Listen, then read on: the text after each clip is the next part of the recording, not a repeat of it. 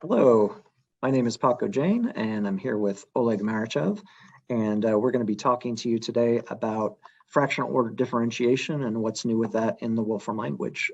Just to remind you, this is the generalization of your regular calculus differentiation and integration to a fractional order, so say half or 1/3 or pi derivative of a function.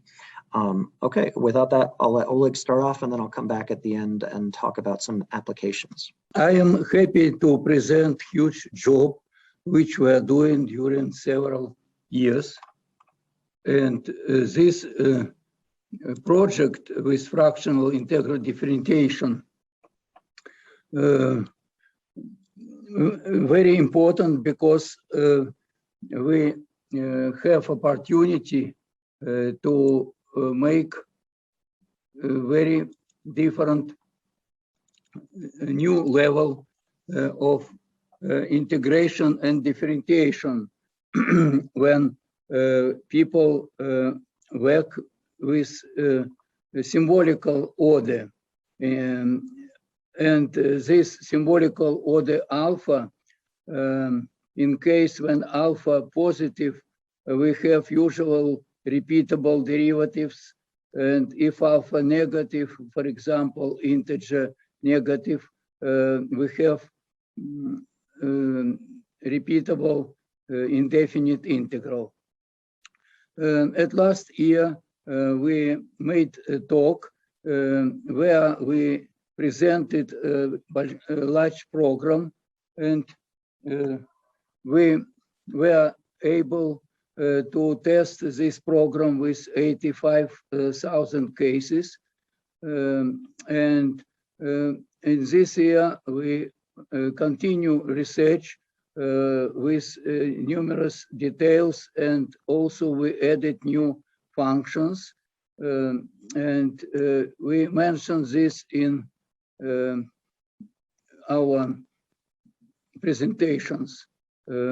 Why I am working in this area?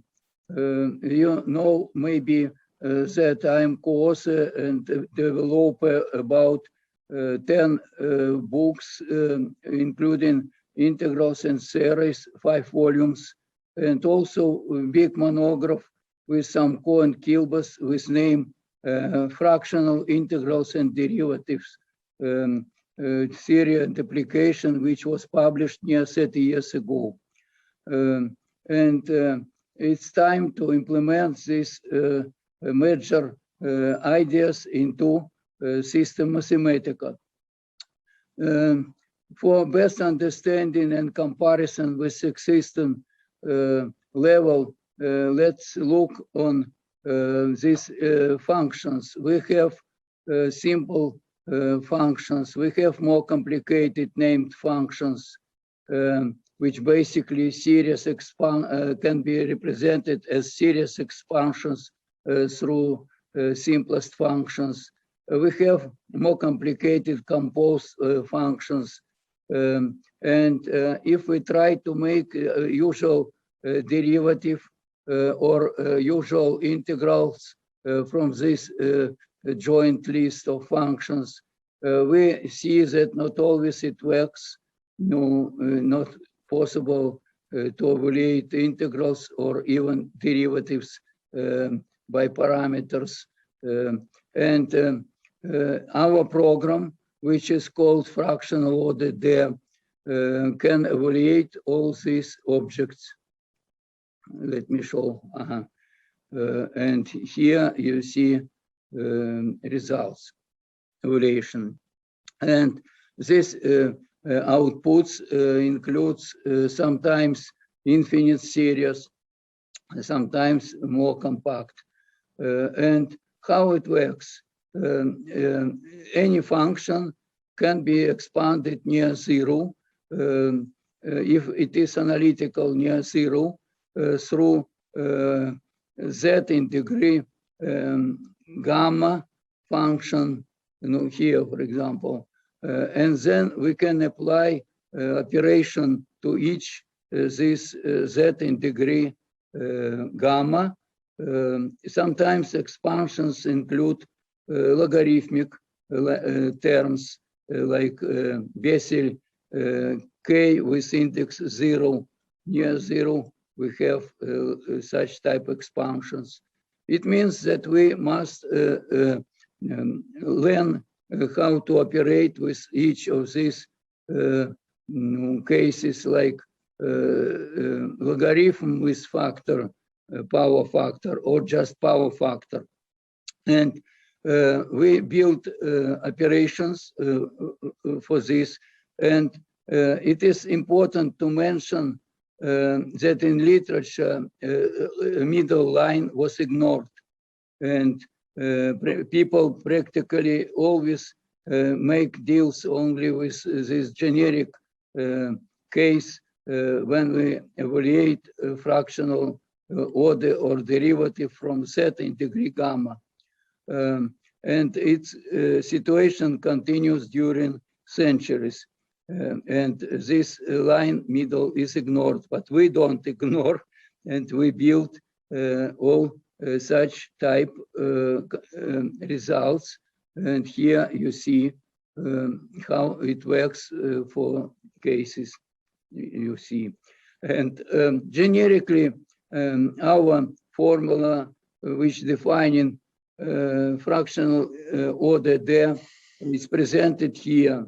It is typical Mellin-Barnes footing, Riemann-Liouville integral with beginning 0. But in point 0, we can have divergence, and by this, in situation of divergence, we use Hadamard approach, how to interpret divergent integral near 0 if a function f such type expandable in such type. If we have alpha negative or positive, you see how this value organized. The value of integrals are organized. No, for example, here we should take floor, and then we should take this integral and derivative order n. It's typical definition. In particular case, you see if alpha equal -3, it is repeatable integral, and value of this integral is here. This is other case when alpha equal -1/2, the value coincide with our derivative, and everything gives this function. You see how it works here. And no, this is one more example. We made research special kind connected with 500 basic functions which in Mathematica and in literature exist. No, for example, here you see functions where we place zeta, variable zeta in different positions, including parameter. Zeta can be as parameter, not only as variable here and here in position parameter. And for these 500 functions, you see Carlson, new function, Heun here, FoxH, you see new function, and so on.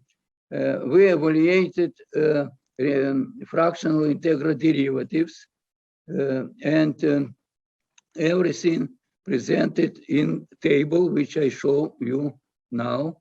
It is list 500, and then this is the result of integro-differentiation. For example, this function, other function. Sometimes, very often, we have infinite sum if we make operation by parameters. So we can try to screw a little, yeah? Yes, it works. it works. Yeah. Then, no. So basically, we have pairs, function and result. In sense, its derivative. Again, function and its derivative. Here we presented not all table, only a group. You see, less. It's important what to do else. With these results, we can make operations. In sense, we can build compositions like this. We can build inverse function from function, from abstract function. We can make operation like division, inversion or division, and some other operations, compositions. And for all these abstract functions, we can make results also. We have corresponding formulas, it's here. And these formulas can be applied to functions from previous table. So user can build any kind complicated results using these two tables. It means that we are coming to a new level of calculus. Also, what is new in our research is that we take care about fraction, about so-called differentiated constant. It means functions which is in reality piecewise constants. This is two examples, and we see that integro-differentiation works with these type functions also. At last, we should mention that a portion of this 500 functions is 137 functions, which in reality MeijerG functions. So we can represent all this group through MeijerG and apply generic rules for MeijerG for fractional integral differentiation. Also, here you see that we have group of absolutely new for us functions, including FoxH function. And for this, also we made a derivative a table and corresponding results.